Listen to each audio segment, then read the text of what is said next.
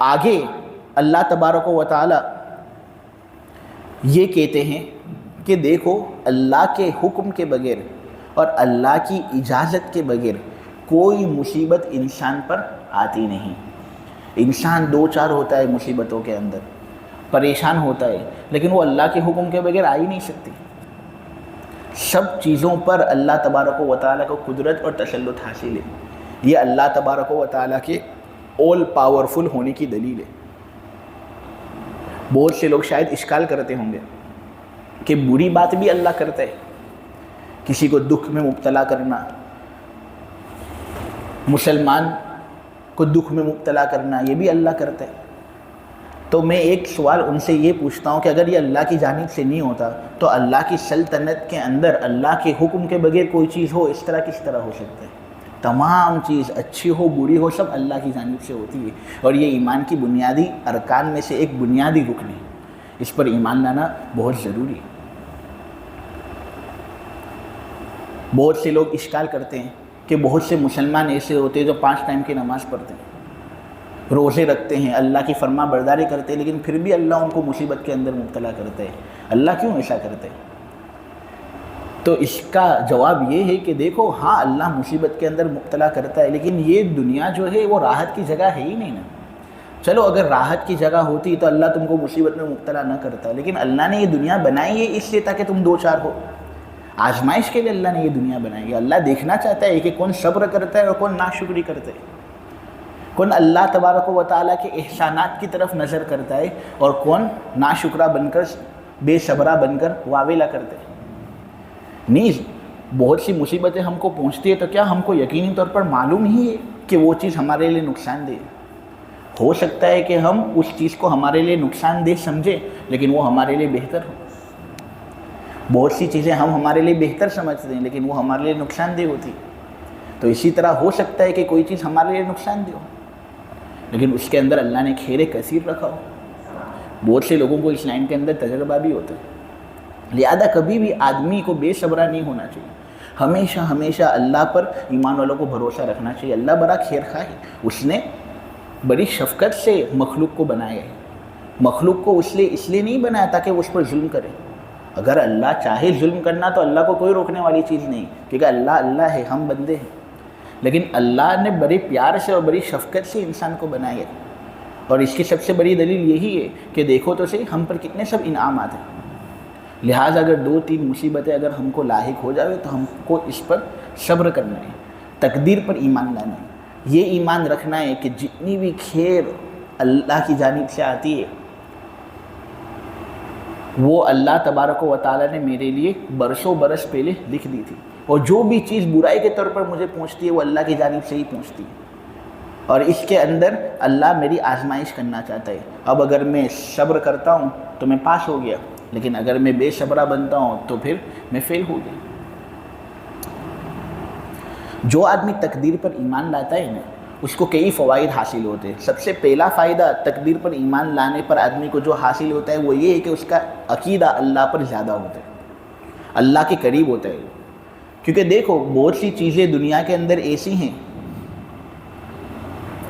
جو بہت عجیب و غریب ہیں۔ چونٹی اپنا روزی کا سامان جمع کرتی ہے، شہد کی مکھی کس طرح اپنی روزی تلاش کرتی ہے، بے انتہا مخلوق، اور اللہ تبارک و تعالیٰ کی ساری مخلوق کو اللہ رزق دیتا ہے، پہنچاتا ہے، اور سب کا اللہ نے ایک نظام رکھا ہوا ہے۔ یہ سب تقدیر ہے۔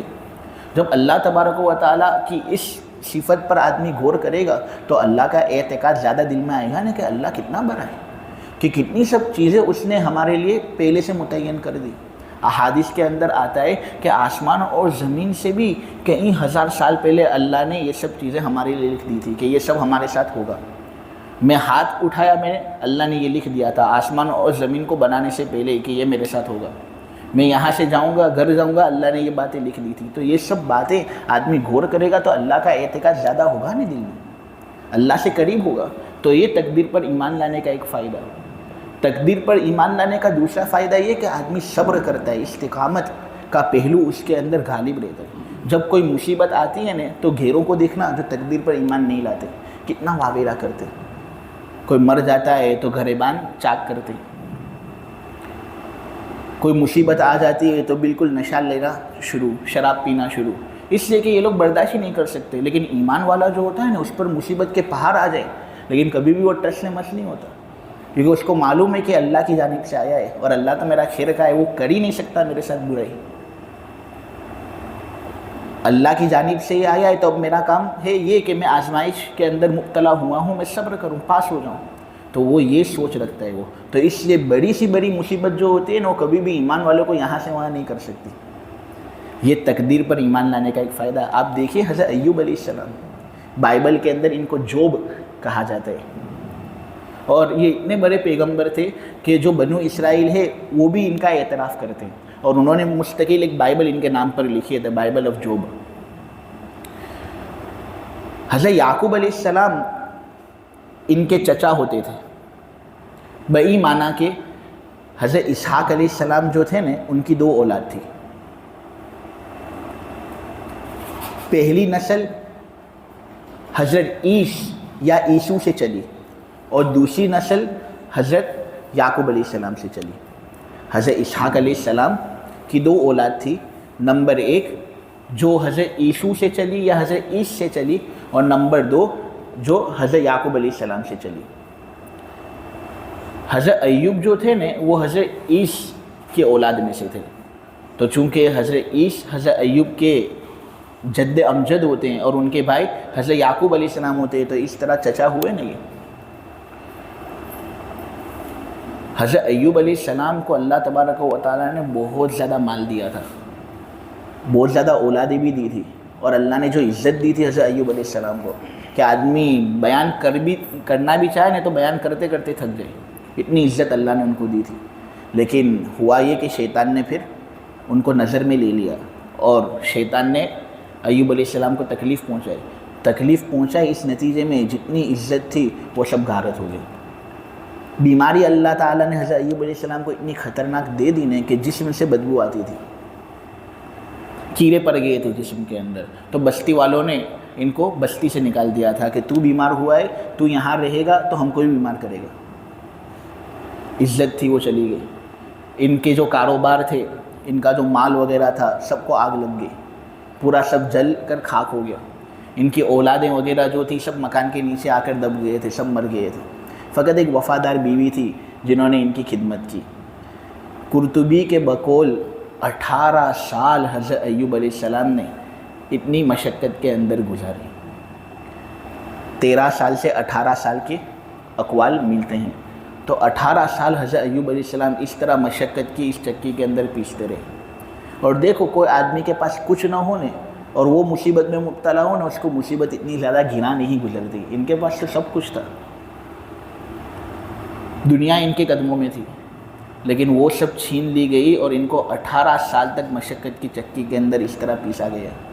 لیکن اس اللہ کے بندے نے کبھی بھی اپنی زبان سے اللہ کی ناشکری والے الفاظ استعمال نہیں کیے، بلکہ ان کی بیوی نے استعمال کیے، بیوی کو روکا کہ اس طرح ناشکری کے کلمات ہم لوگ نہیں کہتے، اللہ نے ہم پر احسان کیا ہے نا۔ ایک مرتبہ انہوں نے اللہ سے دعا کی تھی کہ اللہ اب تو بہت ہو گیا، اب تو صبر کا جو پیمانہ ہے وہ لبریز ہو چکا ہے، کتنی مشقتوں کے اندر اب مجھے پیسنا ہوگا، تو اب مجھے شفایاب دے دے، مجھے لوگوں کا محتاج مت بنا۔ اللہ نے حضرت جبرائیل کو حکم دیا 18 سال کے بعد کہ جاؤ، میرا بندہ ایوب میرے بڑے مخلص دل سے مجھے پکار رہا ہے، جاؤ اور اس کی مدد کرو۔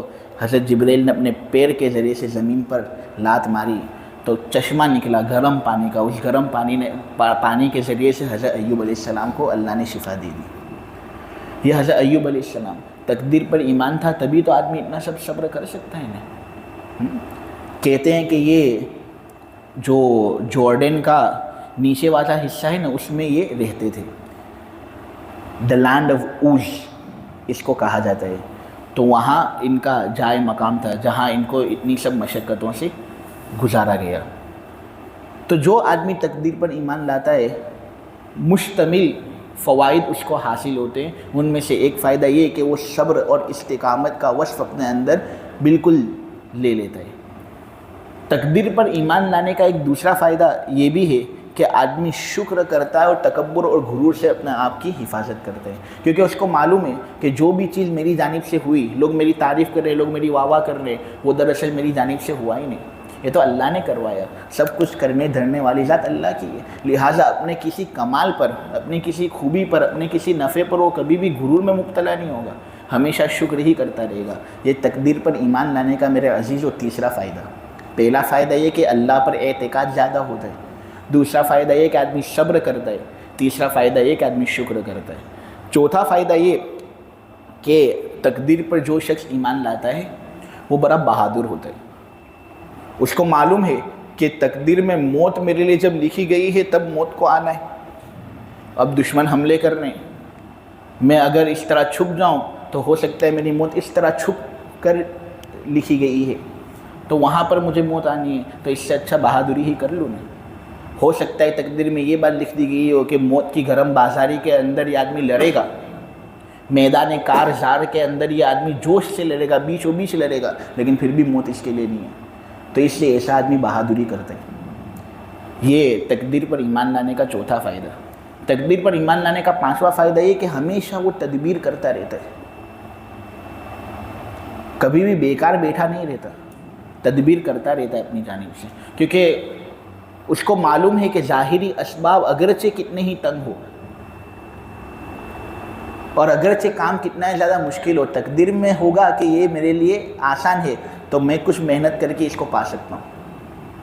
تو ظاہری اسباب کی تنگی دیکھ کر وہ کبھی بھی پیچھے نہیں ہٹتا، ہمیشہ موٹیویٹڈ رہتا ہے وہ، کہ کیا معلوم تقدیر میں کیا لکھا ہو، اگرچہ اپنے کو ایسا لگتا ہے کہ یہ میرے سے ہو نہیں سکے گا، حالات بھی ایسے ہیں، لیکن اللہ نے تقدیر میں لکھ دیا ہے کہ محنت کرے گا تو ہوگا، تو میں محنت کرنے سے کیوں پیچھے ہٹوں؟ تو وہ محنت کرتا ہے، پھر تدبیر کرتا رہتا ہے۔ یہ تقدیر پر ایمان لانے کا ایک فائدہ ہے۔ سورہ بقرہ کے اندر ہے نا، کم من فئۃ قلیلۃ غلبت فئۃ کثیرۃ باذن اللہ، کتنی مرتبہ ایسا ہوا کہ ایک چھوٹی جماعت ہوتی ہے لیکن وہ اللہ کے حکم اور ارادے سے بڑی جماعت پر غالب آ جاتی۔ حضرت شمویل علیہ السلام کے زمانے میں ایک بڑا ظالم تھا جس کا نام تھا جالوت۔ فلسطین اور مصر کے درمیان بحر روم آتا ہے، جس کو آج کے زمانے میں میڈیٹرینین سی کہتے ہیں، اس کے اوپر ایک علاقہ تھا، اس علاقے پر یہ جالوت قابض تھا۔ بائبل کے اندر اس کو گولیت کہتے ہیں۔ ارے بہت طاقتور تھا، اونچا تھا، اور لوگ اگر اپنے بچوں کو سلانا چاہتے تھے تو وہ اس کے قصے کہتے تھے تاکہ بچے سب آسانی سے سو جائیں، اتنا ڈینجر تھا یہ۔ بنو اسرائیل اس زمانے میں حق پر تھے نا، تو ان کے کئی علاقات اس سے اپنے قبضے کے اندر لے لیے تھے، اور لوگ بہت پریشان تھے اس سے، اور اس کی طاقت بڑھتی جا رہی تھی۔ تو حضرت شمویل علیہ السلام کو لوگوں نے کہا تھا کہ آپ ہمارے لیے ایک بادشاہ مقرر کر دیں، جو بادشاہ جالوت جیسا اٹھا کھٹا ہو، تاکہ وہ جالوت کا مقابلہ اچھے طریقے سے کر سکے۔ حضرت شمویل علیہ السلام نے کہا ٹھیک ہے، تمہارے لیے میں طالوت کا انتخاب کرتا ہوں۔ اب طالوت بھی اٹھا کھٹا آدمی تھا، بنو اسرائیل کا ایک شخص تھا، اور تھا بھی فائٹنگ کے اندر بہت آگے، یہ جنرل تھا۔ یہ لوگوں نے جب سنا نے کہ طالوت ہمارا بادشاہ بننے والا ہے، تو لوگوں نے اس کو بادشاہ بننے کے لیے تسلیم نہیں کیا، یعنی لوگوں نے کہا کہ یہ ہمارا بادشاہ کہاں سے ہوگا۔ دراصل بنو اسرائیل اور یہودی لوگ جو ہوتے ہیں نا، وہ حق پر بھی جب تھے نا تب بھی ان کو دو چیزوں سے بہت محبت ہے۔ نمبر ایک اپنا جو خاندانی نسب ہے وہ، نمبر دو مال و دولت، اس سے ان کو بہت زیادہ محبت ہوتی تھی۔ تو دیکھا انہوں نے کہ طالوت کے پاس تو کوئی مال نہیں ہے، بیچارہ غریب آدمی ہے، اہل ثروت میں سے نہیں ہے، یہ کیا ہمارا بادشاہ بنے گا؟ اور یہ لوگ چاہتے تھے کہ ہمارا بادشاہ وہی بنے جو اہل ثروت میں سے ہو۔ پھر بنو اسرائیل کے اندر ایک عرصے سے نبوت ایک خاندان سے چل رہی تھی اور بادشاہت ایک خاندان سے چل رہی تھی۔ اسحاق علیہ السلام کے دو لڑکے تھے، ایک تھے عیسو، نمبر دو یعقوب۔ بڑے بھائی عیسو، چھوٹے بھائی یعقوب۔ یہ چونکہ بعد میں آئے نا، اسی لیے ان کا نام یعقوب رکھا گیا، جس کا معنی ہوتا ہے بعد میں آنے والا۔ یعقوب علیہ السلام کے بہت سے لڑکے تھے، آپ کو معلوم ہے، حضرت یوسف علیہ السلام کے جو بھائی ہیں وہ، حضرت یوسف علیہ السلام یعقوب علیہ السلام کے لڑکوں میں سے ایک لڑکے، لیکن حضرت یعقوب کے اس کے علاوہ اور بھی لڑکے ہیں۔ ان میں سے ایک لڑکا تھا یہودا، اور ایک دوسرا لڑکا تھا لاوی۔ بنو اسرائیل کے اندر لاوی کی نسل سے نبی لوگ آتے تھے اور یہودا کی نسل سے بادشاہ لوگ آتے تھے۔ اب یہ لوگ چونکہ نسب پرست بہت تھے، نسب اور خاندانی تفاخر ان کے اندر بہت زیادہ تھا، ان کو یہ معلوم نہیں تھا کہ سب آدم کی اولاد ہے، ایک باپ کی اولاد ہے۔ جو رنگ نسل کا فرق لوگوں کے درمیان ہوتا ہے یہ تو اللہ کی علامتوں میں سے ایک علامت ہے۔ لوگ جو الگ الگ بولیاں بولتے ہیں، کوئی انگلش بولتا ہے، کوئی عربی بولتا ہے، کوئی گجراتی بولتا ہے، کوئی سنسکرت بولتا ہے، کوئی تمل بولتا ہے، یہ اللہ کی نشانیوں میں سے ایک نشانی ہے۔ یہ باعث فخر تھوڑی ہوتا ہے کہ جو آدمی انگلش بولتا ہے وہ ان لوگوں پر افضل جو انگلش نہیں بولتے۔ ارے وہ اپنی زبان بولتے ہیں، یہ اپنی زبان بولتے ہیں۔ جو لوگ عربی بولتے ہیں وہ ان لوگوں سے افضل جو عربی نہیں بولتے۔ اسلام کے اندر یہ سب کچھ نہیں ہے۔ جو کالے ہیں وہ کم درجے کے، جو گھوڑے ہیں وہ زیادہ درجے کے نہیں۔ اسلام کے اندر سب ایک ہی صف کے اندر ہیں، ایک ہی صف میں ہو گئے کھڑے محمود اور ایاز، نہ کوئی بندہ رہا نہ کوئی بندہ نواز۔ محمود اور ایاز جو تھے نا وہ آپس میں ایک بہت عمدہ رشتہ رکھتے تھے۔ محمود بادشاہ تھا اور ایاز غلام تھا، لیکن جب نماز پڑھنے کے لیے کھڑے ہوتے ہیں تو محمود بھی ایک ہی صف میں کھڑا رہتا، ایاز بھی ایک ہی صف میں کھڑا رہتا۔ کوئی کہہ نہیں سکتا کہ بادشاہ کون غلام کون۔ اسلام کے اندر یہ معاملہ ہے۔ تو ایک ہی صف میں ہو گئے کھڑے محمود اور ایاز، نہ کوئی بندہ رہا نہ کوئی بندہ نواز۔ لہٰذا یہ آبائی نسب کے اوپر فخر کرنا، مال و دولت پر فخر کرنا، زبانوں پر فخر کرنا، یہ اسلام ہمیں نہیں سکھاتا۔ اسلام تو ہمیں یہ سکھاتا ہے کہ دیکھو سب برابر ہیں۔ فخر اگر کسی کو کسی پر کرنا ہو تو ایک ہی چیز کو لے کر وہ فخر کر سکتا ہے، اور وہ ہے تقویٰ۔ التقویٰ ہا ہونا، لیکن تقویٰ یہاں پر ہے۔ کون کتنا اللہ والا کون کتنا اللہ والا نہیں، وہ کس کو معلوم؟ کون مقبول ہے کون مردود ہے، بے خبر کیا خبر تجھے کیا کون ہے۔ جب تلیں گے عمل سب کے میزان پر تب کھلے گا کہ کھوٹا کھڑا کون ہے۔ لہٰذا تقویٰ تو ایک ایسی چیز ہے جو چھپی ہوئی چیز ہے، تم اس کے ذریعے سے فخر حاصل کر سکتے دوسرے پر، لیکن تم کو معلوم ہی نہیں کون کتنا متقی ہے کون کتنا متقی نہیں۔ اس طرح اسلام نے سب کو برابر کر دی، سب کو۔ لیکن بنو اسرائیل جو تھے وہ اس طرح خاندانی نسب پر بہت زیادہ اتراتے تھے، تو وہ کہتے تھے کہ وہ بادشاہ ہوگا تو یہودا کی نسل سے ہوگا، نبی ہوگا تو لاوی کی نسل سے ہوگا۔ یہ طالوت جو ہے جس کو بائبل میں شول کے نام سے پہچانا جاتا ہے، یہ تو بنیامین کی نسل سے، اس لیے ہم اس کو بادشاہ نہیں مانیں گے۔ لیکن خیر کچھ حالات ایسے ہوئے کہ جن حالات کی بنا پر بنو اسرائیل کو طالوت کو بادشاہ ماننا پڑا۔ طالوت بادشاہ بنا اور پھر اس نے بنو اسرائیل کی ایک چھوٹی جماعت لے کر جالوت کا مقابلہ کرنا چاہا۔ اب جالوت تو خود بھی طاقتور، اس کے لشکر کے اندر بھی لوگ طاقتور، بنو اسرائیل نہت تھے، تعداد کے اعتبار سے بھی کم، کیفیت کے اعتبار سے بھی کم۔ لیکن اللہ تبارک و تعالیٰ نے اس حالت کو قرآن کی آیت کے ذریعے سے بیان کیا، کم من فئۃ قلیلۃ غلبت فئۃ کثیرۃ باذن اللہ۔ بہت سی مرتبہ ایسا ہوتا ہے کہ جماعت اگرچہ کم ہو، اگرچہ لوگ نہتے ہوں، لیکن وہ غالب آ جاتے ہیں، بڑی بڑی سلطنتوں پر فائز ہو جاتے ہیں۔ حضرت داؤد علیہ السلام جو تھے نا وہ اسی طرح حضرت طالوت کے لشکر کے اندر تھے۔ طالوت کے لشکر میں حضرت داؤد علیہ السلام تھے، لیکن وہ جنگ کرنے کے لیے نہیں آئے تھے، وہ فقط خدمت کرنے کے لیے آئے تھے۔ داؤد علیہ السلام کے جو والد تھے ان کا نام تھا ایک قول کے مطابق عیشا یا ایک قول کے مطابق عیشی۔ ان کے بہت سارے لڑکے تھے، ان میں سے سب سے چھوٹے حضرت داؤد علیہ السلام، اور ان کا جو حلیہ بیان کیا جاتا ہے تو لوگ کہتے ہیں بڑے پست طاقت تھے، یہ ان کے ہائٹ بڑی کم تھی، طاقت تو کچھ نہیں، لیکن پھر بھی یہ اس طرح جنگ کے اندر خدمت کرنے کے لیے جمع ہو گئے۔ لیکن جب دیکھا کہ جالوت میدان کے اندر بہت تکبر کر رہا ہے، بہت غرور کر رہا ہے، تو انہوں نے بھی پھر اپنا ہتھیار اٹھایا، گلیل اپنی اٹھائی، اور گلیل کے اندر 3 پتھر رکھے، تینوں 3 پتھر جالوت کے سر پر گرے، 3 پتھر کے اندر جالوت کا نوکٹ کر دیا، پھر تلوار لی اور اس طرح جالوت کے پاس جا کر اس کا سر قلم کر دیا۔ لوگ حیران ہو گئے کہ یہ جالوت اتنا خطرناک آدمی کہ پوری دنیا کے اندر اس کا چرچا چل رہا تھا، بچوں کو سلانا ہوتا تو اس کی لوڑیاں ماں اس طرح بچوں کے سامنے گاتی تاکہ وہ بچے سو جاوے، اب اس کو ایک اتنا پست طاقت آدمی داؤد نام کا اس نے اس کو قتل کر دیا۔ بہت تعجب لوگوں نے کیا۔ مجھے اس واقعے سے بس یہ بات بتانی ہے کہ دیکھو بنو اسرائیل کی یہ جو چھوٹی جماعت تھی، حضرت داؤد علیہ السلام کا یہ کردار تھا، کیا بڑے لشکر کو دیکھ کر ہی بالکل دب گئے کہ بھائی ہم تو جالوت کا مقابلہ کر ہی نہیں سکیں گے؟ نہیں، ان کو اللہ پر ایمان تھا، ان کو تقدیر پر یقین تھا کہ اگرچہ ظاہر اسباب ایسے لگتے ہیں کہ ہم کو شکست ہونی ہے، لیکن ہو سکتا ہے اللہ نے تقدیر میں کچھ لکھ دیا ہو اور ہم پر کرم کر دیا ہو کہ ہم کو اس پر غالب آنا ہے۔ اس لیے تقدیر پر جو آدمی ایمان رکھتا ہے نا، وہ ہمیشہ تدبیر کرتا ہی رہتا ہے۔ داؤد علیہ السلام کے پھر شہرت ہو گئی، دوست دشمن سب کے دل کے اندر ان کی ایک دھاک بٹھ گئی، تو طالوت نے بھی اپنی بیٹی کا نکاح حضرت داؤد سے کرا دیا، اور پھر طالوت کی حیات ہی کے اندر یا اس کی موت کے بعد داؤد علیہ السلام جو یہودا کی نسل سے تھے وہ بادشاہ بنے۔ قرآن کے اندر حضرت آدم علیہ السلام کے بعد فقط ایک ہی نبی کو خلیفہ کہا گیا ہے، اور وہ حضرت داؤد علیہ السلام۔ کیوں؟ کیونکہ یہ ایک ایسے نبی تھے جو نبی بھی تھے اور ساتھ ساتھ بادشاہ بھی تھے، اور پھر ان کی نسل سے جو سلیمان علیہ السلام پیدا ہوئے، ان کا واقعہ تو آپ لوگوں کو معلوم ہے کہ کس طرح انہوں نے دنیا پر بادشاہت کی، اور کس طرح انسانوں پر بادشاہت کرنے کے ساتھ ساتھ انہوں نے جناتوں پر بھی بادشاہت کی۔ تو تقدیر کے بہت سارے فوائد ہیں، ان میں سے میں نے 5ویں نمبر کا فائدہ آپ کے سامنے بیان کیا، وہ ہے تدبیر۔ 6 نمبر کا بھی فائدہ ہے۔ 6 نمبر کا فائدہ یہ ہے کہ جو آدمی تقدیر پر ایمان لاتا ہے وہ ہمیشہ جائز اسباب ہی اختیار کرتا ہے، ناجائز اسباب سے اپنے آپ کو بچاتا ہے۔ اس کو معلوم ہے کہ تقدیر میں جو ہے وہ مجھے ملے گا، اب میں ناجائز اسباب اختیار کر کے اللہ کو کیوں ناراض کروں؟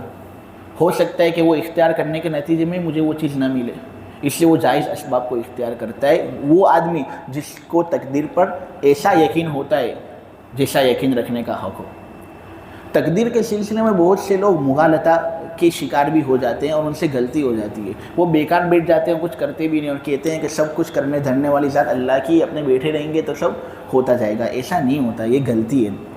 دیکھو تقدیر کے اندر اللہ تبارک و تعالی جو ہوتا ہے وہی دنیا کے اندر ثابت ہوتا ہے، لیکن بندہ اس کو اپنے اختیار سے کرتا ہے۔ اللہ نے دنیا کا نظام ہی کچھ ایسا بنایا نہیں، ایک ایسا نظام ہے نا جس کو جانور بھی پہچان لیتے ہیں۔ تم ایک پتھر اٹھاؤ اور کسی کتے کو مارو، کتا پتھر کے پیچھے نہیں بھاگے گا، تمہارے پیچھے بھاگے گا نہیں، کیونکہ اس کو معلوم ہے پتھر پھینکنے والے تم۔ کیا وہ یہ کہے گا کہ اللہ نے پتھر اس طرح تمہارے ہاتھ سے پھینکوایا؟ تو وہ آسمان کی طرف نہیں دیکھتا، نہیں، وہ تمہاری طرف بھاگتا ہے۔ معلوم ہے، اس کو بھی معلوم ہے کہ تمہارا اختیار ہے۔ تم شیر پر بندوق چلاؤ گے تو شیر تم پر حملہ کرے گا، کیونکہ اس کو معلوم ہے کہ اختیار تمہارے ہاتھ میں ہے۔ تو پھر جو لوگ اس طرح کمانا نہیں چاہتے اور اس طرح دنیا کے اندر لگنا نہیں چاہتے، وہ فقط ایک بہانہ ہی کر رہے ہیں۔ آدمی ریل گاڑی کے اندر بیٹھتا ہے تو ریل گاڑی کے جو نظام الاوقات ہیں اس کے اندر یہ بات لکھی ہوتی ہے کہ یہ گاڑی 7 بجے نکلے گی۔ ڈرائیور جو ہوتا ہے ریل گاڑی چلانے والا، وہ 7 بجے گاڑی چلانا شروع کر بھی دے گا۔ اب 7 بجے لکھ دیا جاتا ہے ایک دن پہلے کہ گاڑی کو روانہ ہونا ہے، اور اس 7 بجے کے ٹائم کے مطابق ریل گاڑی چلانے والا ریل گاڑی چلانا شروع بھی کرتا ہے، تو کیا وہ مجبور ہو کر چلاتا ہے؟ اپنے اختیار ہی سے تو چلاتا ہے نا وہ۔ کیا یہ کہیں گے کہ اس نے لکھا تھا تو لکھنے کی وجہ سے وہ مجبور ہو گیا اس ٹائم پر چلانے کے لیے؟ نہیں، وہ لکھا ہوا تو تھا ہی، لیکن ساتھ ساتھ اس کا اختیار بھی تھا، اس وجہ سے وہ گاڑی جو ہے 7 بجے روانہ ہوئی۔ اسی طرح اللہ نے تقدیر کے اندر ہمارے لیے سب چیزیں لکھ دی گئی ہے، تو اس کا مطلب یہ نہیں کہ ہم اس میں مجبور ہیں، جو ہم کریں گے اپنے اختیار سے کریں گے۔ ویسے بھی تقدیر کے سلسلے میں بہت زیادہ بحث و مباحثہ کرنا بھی نہیں چاہیے۔ طبرانی کی ایک صحیح حدیث ہے جس کے اندر روایت ہے کہ جب تقدیر کا ذکر کیا جائے نا تو اپنے منہ بند رکھ لو، اس لیے کہ ایک ایسی چیز ہے جو بسا اوقات بہت سے لوگوں کو سمجھ میں نہیں آتی۔ تو ہمیشہ تقدیر کا جب بھی سلسلہ آئے تو آدمی کو بہت زیادہ تذکرہ اس کا نہیں کرنا چاہیے، اس لیے کہ ہو سکتا ہے کہ وہ گمراہ ہو جائے۔ حضرت علی کا مقولہ تفسیر الخازن کے اندر منقول ہے کہ ان کو کسی نے پوچھا تھا تقدیر کے بارے میں، تو انہوں نے کہا تھا طریق المظلم فلا تسلک، یہ اندھیرا راستہ ہے، اس پر مت چل۔ پھر کسی نے پوچھا کہ ارے بتاؤ نا تقدیر کس کو کہتے ہیں، اس کی کیا حقیقت؟ تو انہوں نے کہا بحر عمیق فلا تلیجو، ارے یہ بہت گہرا سمندر ہے، اس کے اندر گھوتا مت لگا۔ پھر پوچھا گیا ارے تقدیر بتا دو، تو پھر انہوں نے کہہ دیا ھذا سر اللہ قد خفی علیک فلا تفتشو، یہ اللہ کا راز ہے بھائی، تجھ پر اس کو پوشیدہ رکھا گیا کیونکہ تو اس کو سمجھ نہیں سکتا، لہٰذا اب خواہ مخواہ اس کو جاننے کے سلسلے میں تکلف مت کر۔ یہاں اللہ تبارک و تعالی نے ہم کو تسلی دینے کے لیے یہ بات کہی کہ دیکھو کوئی بھی مصیبت اللہ کی اجازت اور حکم کے بغیر نہیں پہنچتی، لیکن جو لوگ اللہ پر ایمان لاتے ہیں ان کو چند فوائد حاصل ہوتے ہیں جن کے ذریعے سے اللہ ایسے لوگوں کے دل کو ہدایت بخشتا ہے۔ اللہ ہر چیز کو جاننے والے ہیں۔ اس کے بعد یہ بات ہمیں کہی گئی کہ دیکھو ایمان والو، بسا اوقات تمہاری بیویاں اور تمہاری اولاد جو ہے نا وہ تمہارے دشمن بن جاتے ہیں، لہٰذا ان سے ہمیشہ چوکن نہ رہنا۔ بہت سی مرتبہ نبی کریم صلی اللہ علیہ وسلم کے پاس یہ بات آئی کہ بہت سے صحابہ مکہ سے مدینہ ہجرت کرنا چاہتے تھے، لیکن پھر بھی وہ ہجرت نہیں کر پاتے تھے۔ جب ان کو کہا جاتا کہ کیوں ہجرت نہیں کرتے تو وہ کہتے کہ ہماری اولاد ہم کو اس طرح اجازت نہیں دیتی ہجرت کرنے کی، ہماری بیویاں ہم کو منع کرتی ہیں اور کہتی ہے کہ تم ایمان لے آئے، ہم نے اس پر صبر کیا، اب اس طرح تو ہم کو چھوڑ کر چلے جاؤ گے، یہ کس طرح مناسب؟ تو یہاں پر اللہ تبارک و تعالیٰ کہہ رہے ہیں کہ بہت سی مرتبہ تمہاری بیویاں تم کو دین کا کام کرنے سے روکیں گی، بہت سی مرتبہ تمہاری اولاد تم کو دین کا کام کرنے سے روکے گی۔ اسی طرح الٹا معاملہ بھی ہوتا ہے کہ بہت سی عورتیں دین کا کام کرنا چاہتی ہیں لیکن ان کے جو شوہر ہوتے ہیں وہ ان کو کام نہیں کرنے دیتے۔ تو بہت سی مرتبہ ایسا ہوتا ہے کہ گھریلو معاملوں کی وجہ سے آدمی دین کا کام کر نہیں سکتا، تو آدمی کو سمجھنا چاہیے کہ دیکھو یہ تمہارے دشمن ہیں، ان سے چوکن نہ رہنا۔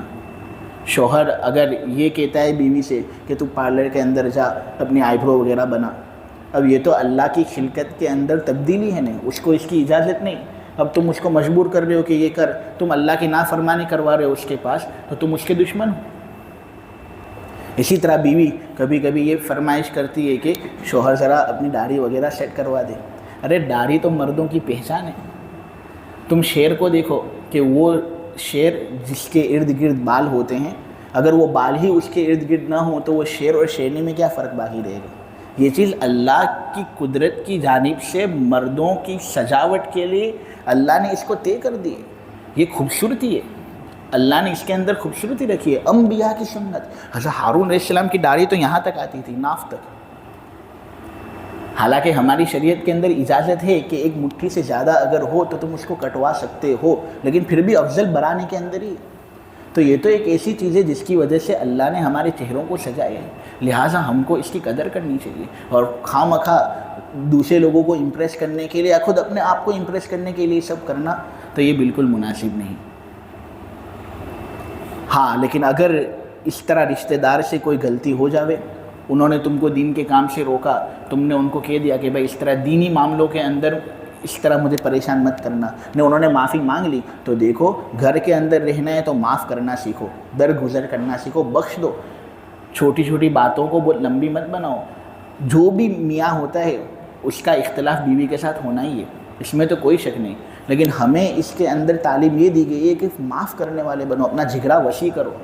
جو آدمی معاف کرنے والا ہوتا ہے نا، اللہ تبارک و تعالیٰ کے یہاں پر اس کا مقام بڑا اونچا ہوتا ہے۔ اور معاف تو وہی نہیں کرے گا نا جو دل کا پاک اور صاف ہو، معاف وہی نہیں کرے گا جس کا دل پاک اور صاف ہو، کیونکہ وہ معاف نہیں کرے گا کیونکہ اس کو بھی کسی کی معافی کی امید نہیں۔ لیکن ہم میں سے کون ہے ایسا جن کا دل پاک اور صاف ہو؟ کوئی نہیں ہے ایسا، سب اللہ تبارک و تعالیٰ کے یہاں پر گنہگار ہیں۔ اب ہم سب چاہتے ہیں کہ اللہ کی مغفرت ہم پر آئے تو ہم بھی لوگوں کو معاف کرنا سیکھیں۔ جتنا زیادہ اپنا مزاج معاف کرنے والا ہم بنائیں گے اتنا زیادہ زندگی جینا ہمارے لیے آسان۔ ہمارے ماتحت سے کوئی غلطی ہو جائے معاف کرو، بیوی سے غلطی ہو جائے معاف کرو، اولاد سے غلطی ہو جائے تو معاف کرو۔ ناراضگی کا اظہار بہت زیادہ کرنے سے کچھ نہیں ہوتا، لہٰذا آدمی ذرا اس کو توجہ کے اندر لائے۔ اور پھر یہ بات کہی گئی کہ تمہارے مال اور تمہاری اولاد جو ہے نا وہ سب کے سب آزمائش کا ذریعہ ہے، لہٰذا اگر اس طرح اللہ تبارک و تعالیٰ کہیں تم کو اولاد اور بیوی کے ذریعے سے آزمائش کے اندر مبتلا کر دینے تو تم کو اللہ کو راضی کرنا ہے، ان کو راضی نہیں کرنا۔ اللہ کو راضی کرو گے نا، اللہ ان کے دل کو تمہارے تابع کر دے گا، لیکن اگر تم ان کو راضی کرنے کے لیے گئے نا تو دو نقصان۔ ایک دن ایسا آئے گا کہ وہ تم پر خفا ہوں گے اور اللہ کی ناراضگی تو پہلے سے ہے۔ اور دیکھو ابھی اگرچہ اللہ کا اجر ہم کو نظر نہیں آتا لیکن اللہ کا اجر بہت اونچا ہے، لہٰذا آدمی کو اللہ کے اجر پر یقین رکھنا چاہیے، جتنا ہو سکے نا آدمی اللہ سے ڈرے۔ یہاں پر اللہ تبارک و تعالیٰ نے مستطاعتم کی قید لگائی ہے کہ دیکھو ہم یہ نہیں کہتے کہ پورے دن مسجد کے اندر بیٹھے رہو اور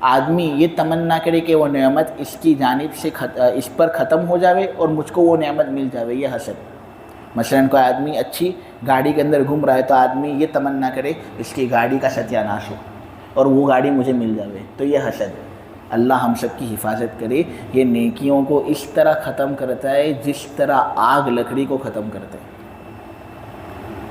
اور رشک کس کو کہتے ہیں؟ کہ کسی آدمی کے اندر کوئی نعمت ہے، تم تمنا یہ کرو کہ کاش وہ نعمت مجھے بھی مل جائے۔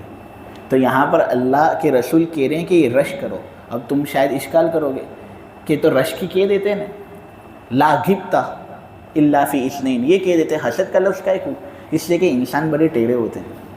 جو چیز نہیں کرنے کی ہوتی نا اس چیز کو کرنا یہ لوگ چاہیں گے کہ ہم یہ چیز کریں، لہٰذا یہاں پر حسد کا لفظ ذکر کیا یہ بات بتانے کے لیے کہ یہ کام جو ہے وہ نہیں کرنے کا ہے، لیکن اس کا ذکر کریں گے نا تو لوگ یہ کرتے ہو جائیں گے اور کرنا شروع کر دیں گے، اس لیے حسد کا لفظ ذکر کیا۔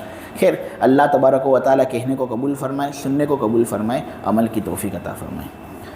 سبحانک اللہم بحمدک وتبارک اسمک وتعالی جدک ولا الہ غیرک یا رب صلی وسلم دائما ابدا علی حبیبک خیر الخلق کلہم۔